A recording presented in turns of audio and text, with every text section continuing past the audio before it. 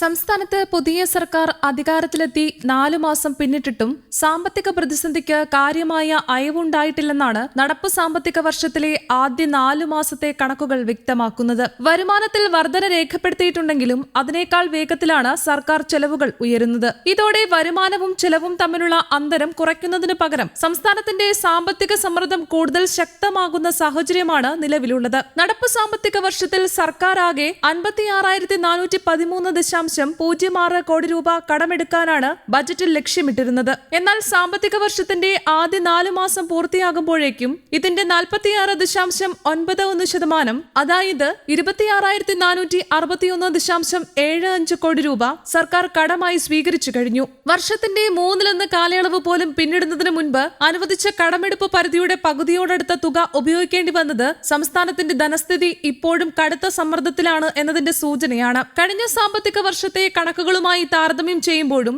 കടമെടുപ്പിന്റെ തോതിൽ വലിയ വ്യത്യാസമില്ല. കഴിഞ്ഞ വർഷം ആദ്യ 4 മാസത്തിനുള്ളിൽ ആകെ അനുവദിച്ചിരുന്ന കടമെടുപ്പ് പരിധിയുടെ 47.08% തുക സർക്കാർ എടുത്തിരുന്നു. ഈ വർഷം അത് 46.91%, അതായത് ഭരണത്തിൽ മാറ്റമുണ്ടായെങ്കിലും ആദ്യ 4 മാസത്തെ കടമെടുപ്പിന്റെ വേഗതയിൽ കാര്യമായ കുറവുണ്ടായിട്ടില്ല. സാമ്പത്തിക പ്രതിസന്ധി നേരിടുന്നതിനായി കടത്തെ ആശ്രയിക്കേണ്ട സാഹചര്യം പുതിയ സർക്കാരിനും തുടരുകയാണെന്ന് കണക്കുകൾ വ്യക്തമാക്കുന്നു. ഈ വർഷം ആദ്യ 4 മാസത്തിനിടെ എടുത്ത 26,461.75 കോടി രൂപയിൽ 11,503.47 കോടി രൂപ ഏപ്രിൽ മാസത്തിലാണ് കടമെടുത്തത്. അന്ന് മുൻ സർക്കാരാണ് അധികാരത്തിലുണ്ടായിരുന്നത്. തുടർന്ന് മെയ് മാസത്തിൽ പുതിയ സർക്കാർ അധികാരത്തിലെത്തിയതിനു ശേഷം ജൂലൈ വരെയുള്ള 3 മാസങ്ങളിൽ 14,958.28 കോടി രൂപ കടമെടുത്തു. അതിനാൽ ആദ്യ 4 മാസത്തെ മൊത്തം കടമെടുപ്പിൽ പകുതിയിലധികം പുതിയ സർക്കാരിന്റെ ആദ്യ 3 മാസങ്ങളിലാണ് നടന്നത് എന്നതും ശ്രദ്ധേയമാണ്. കടമെടുത്ത തുകയുടെ വിനിയോഗ രീതിയാണ് സംസ്ഥാനത്തിന്റെ സാമ്പത്തിക സ്ഥിതിയിലെ മറ്റൊരു പ്രധാന ആശങ്ക. ദീർഘകാലാടിസ്ഥാനത്തിൽ വരുമാനം സൃഷ്ടിക്കാനും സ്ഥിരമായ ആസ്തികൾ വികസിപ്പിക്കാനും ഉപയോഗിക്കേണ്ട കടമെടുത്ത പണം വലിയ തോതിൽ ദൈനംദിന ഭരണ ചെലവുകൾ നിറവേറ്റുന്നതിനായി ഉപയോഗിക്കേണ്ടി വരുന്നു. ശമ്പളം, പെൻഷൻ, പലിശ തുടങ്ങിയ ആവർത്തന ചെലവുകൾ വർദ്ധിക്കുന്ന സാഹചര്യത്തിൽ വികസന പ്രവർത്തനങ്ങൾക്കും അടിസ്ഥാന സൗകര്യ വികസനത്തിനുമായി ലഭ്യമാകുന്ന സാമ്പത്തിക ഇടം ചുരുങ്ങുകയാണ്. അതേസമയം മൂലധന ചെലവിലുണ്ടായ വർധന സർക്കാർ സാമ്പത്തിക രംഗത്ത് കാണിക്കുന്ന ചില ആശ്വാസകരമായ മാറ്റങ്ങളിലൊന്നാണ്. ആദ്യ 4 മാസത്തിനിടെ സംസ്ഥാനത്തിന്റെ മൂലധന ചെലവ് മുൻ വർഷത്തെ ഇതേ കാലയളവിനെ അപേക്ഷിച്ച് 3,411.62 കോടി രൂപയായി ഉയർന്നു. ഈ കാലയളവിൽ ആകെ 8,336.73 കോടി രൂപയാണ് മൂലധന ചെലവായി രേഖപ്പെടുത്തിയിരിക്കുന്നത്. ദീർഘകാല വികസന പ്രവർത്തനങ്ങൾക്കും അടിസ്ഥാന സൗകര്യങ്ങൾ സൃഷ്ടിക്കുന്നതിനും ഉപയോഗിക്കുന്ന ഇത്തരം ചെലവുകളിലെ വർധന സാമ്പത്തിക വളർച്ചയ്ക്ക് അനുകൂലമായ ഘടകമായി വിലയിരുത്താം. എന്നാൽ മൂലധന ചെലവിലെ ഈ വർധന എല്ലാ മാസങ്ങളിലും ഒരേ രീതിയിൽ തുടരുന്നില്ല എന്നതും ശ്രദ്ധിക്കേണ്ടതാണ്. ആദ്യ 4 മാസത്തെ മൂലധന ചെലവിൽ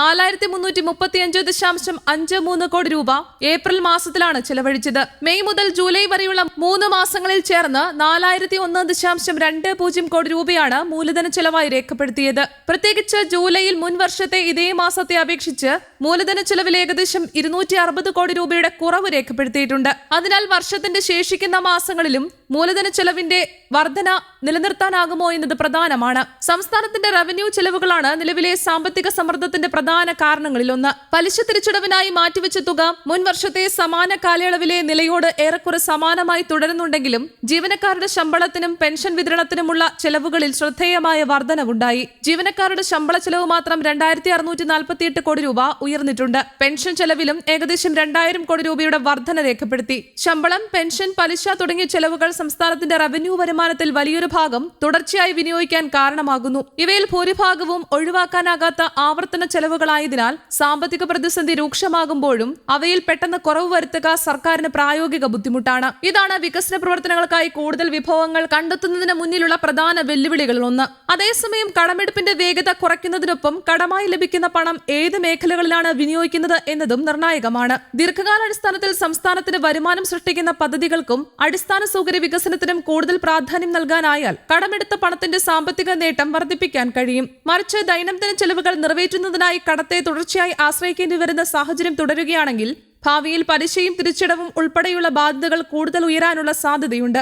ആദ്യ 4 മാസത്തെ സാമ്പത്തിക കണക്കുകൾ ഒരേ സമയം 2 വ്യത്യസ്ത ചിത്രങ്ങളാണ് നൽകുന്നത്. ഒരു വശത്ത് കടമെടുപ്പ് ഇപ്പോഴും ഉയർന്ന നിലയിലാണ്. റവന്യൂ ചെലവുകൾ വേഗത്തിൽ വർദ്ധിക്കുകയും സാമ്പത്തിക കമ്മിയിലും കടബാധ്യതയിലും സമ്മർദ്ദം തുടരുകയും ചെയ്യുന്നു. മറുവശത്ത് മൂലധന ചെലവിൽ മുൻവർഷത്തേക്കാൾ 3411.62 കോടി രൂപയുടെ വർധനവുണ്ടായത് പ്രതീക്ഷ നൽകുന്ന ഘടകമാണ്. ഈ അനുകൂല പ്രവണത തുടർന്നു കൊണ്ടുപോകാനും അതോടൊപ്പം കടമെടുപ്പിലുള്ള ആശ്രിതത്വം കുറയ്ക്കാനും സർക്കാരിന് കഴിഞ്ഞാൽ മാത്രമേ സംസ്ഥാനത്തിന്റെ സാമ്പത്തിക പ്രതിസന്ധിക്ക് ദീർഘകാല പരിഹാരത്തിലേക്ക് നീങ്ങാനാകൂ. News desk Kerala Kaumudi.